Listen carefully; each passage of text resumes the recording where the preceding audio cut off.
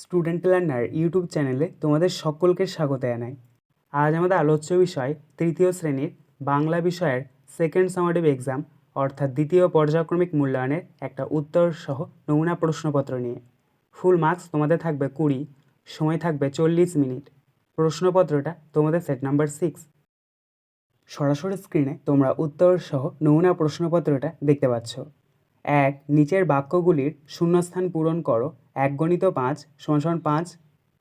ক ড্যাশ একলা সবাইকে হিংসে করে, এখানে শূন্যস্থানে বসবে হিংসুটি। খ ড্যাশ থাকলে শক্তি বাড়ে, এখানে শূন্যস্থানে বসবে একসঙ্গে। গ সংস্কৃতের দিদিমণি নাম রেখেছেন ড্যাশ, এখানে শূন্যস্থানে বসবে নদীমাতৃকা। ঘ আবার ড্যাশ নিয়ে বসেছে ডিউক, এখানে শূন্যস্থানে বসবে সেক্সট্যান্ট। ইঙ ড্যাশ ছুটি হলেই লিপি চলে যায় ড্যাশ, এখানে প্রথম শূন্যস্থানে বসবে স্কুল, দ্বিতীয় শূন্যস্থানে বসবে বাগান, অর্থাৎ স্কুল ছুটি হলেই লিপি চলে যায় বাগানে। 2. একটি বাক্যে উত্তর দাও। 1 × 6 = 6। ক নৌকাটিতে কি রয়েছে? উত্তর পাট বোঝাই করা আছে। খ অভিযানের নৌকাটির নাম কি? উত্তর কৌনজ আংড়ে। গ শিশুটি কি কি নিয়ে যাবে? উত্তর শিশুটি নৌকা ভরা সোনামানিক বয়ে নিয়ে যাবে।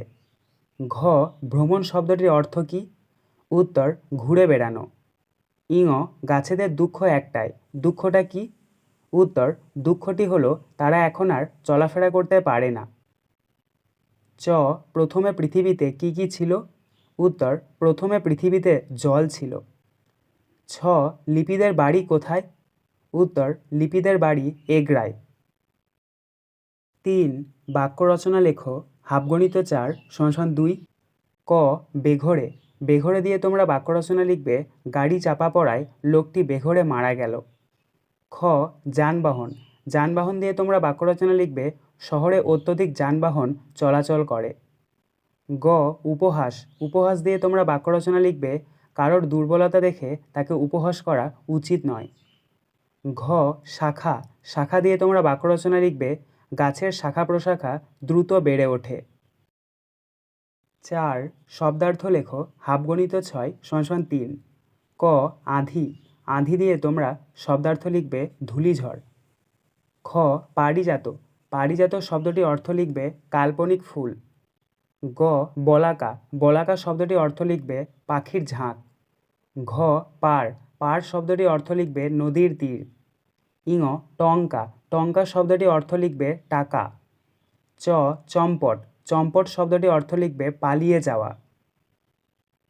5. এলোমেলো বর্ণগুলিকে সাজিয়ে শব্দ তৈরি করো।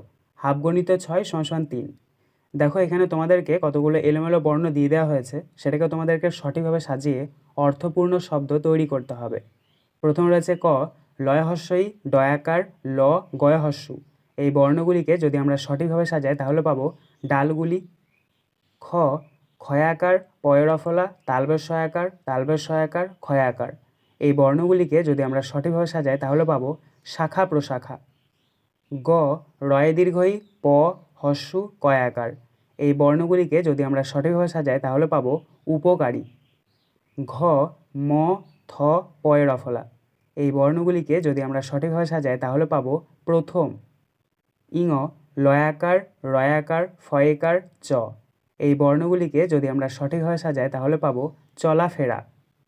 চ মূর্ধন্য ভয়ে দীর্ঘই মূর্ধন্য স, এই বর্ণগুলিকে যদি আমরা সঠিকভাবে সাজাই তাহলে পাবো ভীষণ। আজকের আলোচনা পর্বটি এখানেই শেষ হলো। আশা করি ভিডিওটি তোমাদের ভালো লেগেছে। যদি ভালো লাগে একটা করে লাইক করে দিও। সবশেষে তোমাদের কাছে একটাই অনুরোধ, যারা এখনও পর্যন্ত আমাদের চ্যানেলটিকে সাবস্ক্রাইব করে উঠতে পারোনি তারা চ্যানেলটিকে সাবস্ক্রাইব করে পাশে থাকা নোটিফিকেশন বেলকে অল প্রেস করে নিও এই ধরনের নতুন নতুন ভিডিও পাওয়ার জন্য। ধন্যবাদ।